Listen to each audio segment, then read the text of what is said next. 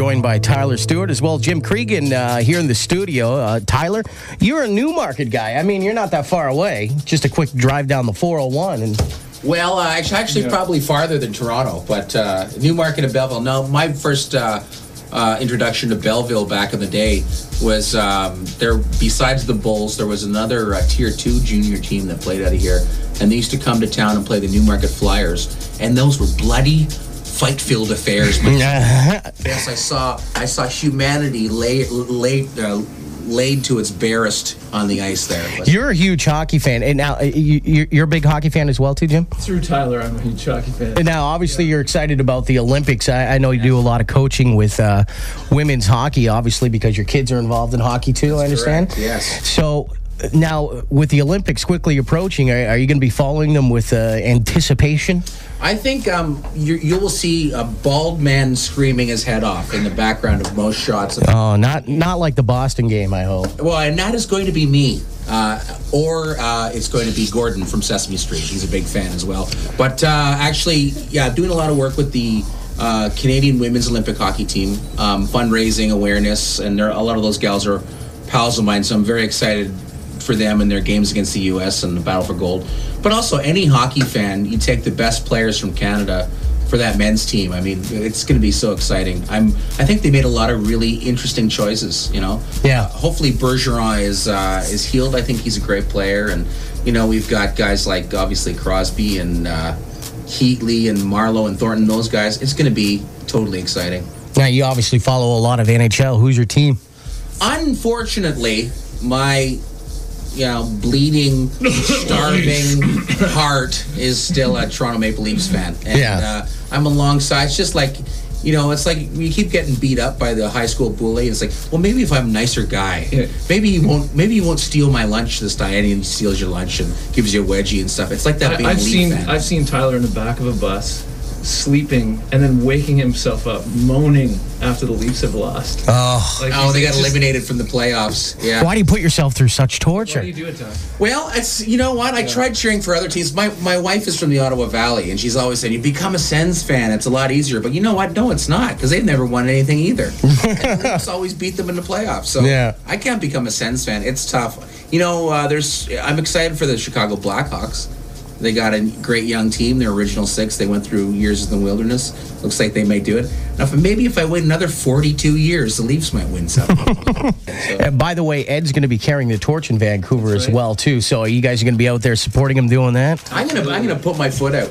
Is he going to buy one of the torches? Do you know? I think you can if you're a torch. Yeah, you're allowed to. Yeah, I don't know if he can afford it. That's why it's we're like $400 or something like that. Yeah, we're trying to sell records. Actually, ladies and gentlemen, please help Ed Roberts own his torch. He can't own his torch without your kind donations. I'm just gonna buy him some refreshments or something. I think so some Gatorade, get him through. Was it 20 feet? 20 feet. It's not very far at all. He's gonna fly it. But he also gets the free tracksuit as well too. Wow. Oh, hey, tracksuit. Yes. How come I didn't get to do it? Yeah. The name of the album once again is All in Good Time. Now, guys, you guys have you're all busy in your own personal lives as well too. You're both married. You both have kids, and with a new album, obviously that's going to mean a busy schedule. Yes. Yeah. And I was just thumbing through the schedule and just seeing when my family can come out, and I think it's going to be doable, but my limit is 2 weeks away from my family. Now, that's obviously got to be really tough. It's definitely tough. It's something that doesn't get any easier.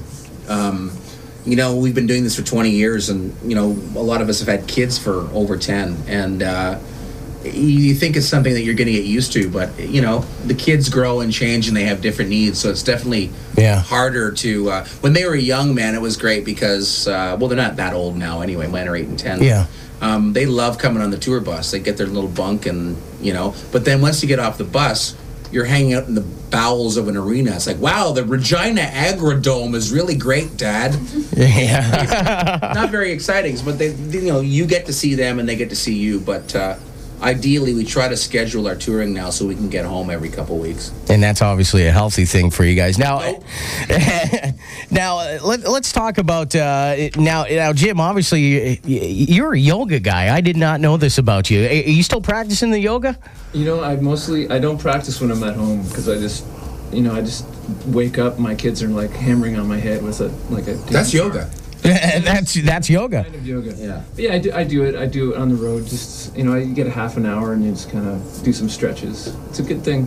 Now, do you do any meditation as well too? Because a lot of guys do that, I hear. I don't know. Not really. There's another word that starts with M and ends with N that we do. Oh, okay. So you guys obviously are really excited about the album. Is there anything about the album you might be saying to yourself, well, because obviously you are, there is a lot of emotion and, you guys are known for your parodies and whatnot. Are you concerned about that at all? Well, like I said, the album is kind of mixed. Yeah. We have deeper moments. We have sort of more fun moments. So. But ultimately, I think it was in the spirit of moving forward. Yeah. And so it was a lot of fun making. Mm-hmm. So I think that comes through in it. We really freed ourselves up experimentally, and Ty cooked for the record so you can actually get a whiff of his brisket while you're listening to it. I think it's also... Get a whiff of my brisket. I think it's great that a band can show different dynamics, you know what I mean, and different elements to it as well, too. Now, Tyler... being a drummer myself, yes. I mean, when I was growing up in college, I always pictured you as a Humber guy. Oh, yeah? Just because you had those jazz fundamentals. Wow. That funk. The independence, if you will. He's a marching band guy. I'm a marching band. Oh, I know. You did start your own marching band back in the day, didn't you? Well, actually, I was part of Ambassador's Drum and Bugle Corps in Newmarket, Ontario, which you brought up before. It's funny, my best friend, Stephen Pitkin, he plays with a band called Elliott Brood, who are starting to do pretty well. He went to Humber, and he blew me off the map, in terms of the jazz fundamentals, etc. One of the things I learned about drumming over the years, though, it's really fun and satisfying playing great songs. Yeah. And with these guys, since day one, the songs have been great, and they've been diverse. One song might call for some jazz chops, but then I might have to lay out completely or play a country part or just four on the floor. That's true. Rock. And it's very satisfying from a drummer's point of view, the music. And you haven't strayed too much from the Pearl kits, have you? You've experimented a couple times, but you like your Pearl. Are you still using the Regal sticks? Yeah. I invented my own sticks, even. Yeah, that's right. I get actually explode on stage. Exploding sticks. Well, I wanted to add a special effect element in there, Jim. Absolutely. Effect right above your eyebrow. And of course, Jim, well known for playing the stand-up bass and stand-up guy, stand-up bass. The bow as well too. This album, it looks like with some of the videos I've seen, you're actually using more of the conventional bass. The Hofner, sort of the Beatle. Yeah, that's right. I use that a lot, but there's some things that Grandma, that's my stand-up bass. Yeah. It can't get that. Is it tough on the fingers? I studied classically, so I spent a lot of time just playing the double bass, and it's something that I've gotten used to, and I consider myself a double bass player. Yeah. So playing the electric bass is just it's sort of a novelty in a way. And in a way it brings out new things out of my playing. A little more melodic up top, and it's got a thicker sound as well too. A little more hip shaking. Yeah, you can get out there and rock it. Crazy Legs Cregan. Yeah, absolutely. Is unleashed. Well, I got to tell you, you guys, the one concert I remember was the concert for Toronto at the Sky Dome. Yeah. You guys blew me away when I watched that show. I was there for out of all the groups there, best band. Why, thank you. Had me laughing and just a tight band. And obviously we want to wish you all the best. Say hi to Ed for us and the rest of the guys. Sure. All in good time. Available in stores March 23rd in Canada and the U.S. March the 30th. The Barenaked Ladies. Thanks for stopping by Mix 97. Thank you, Justin. Mix 97 FM.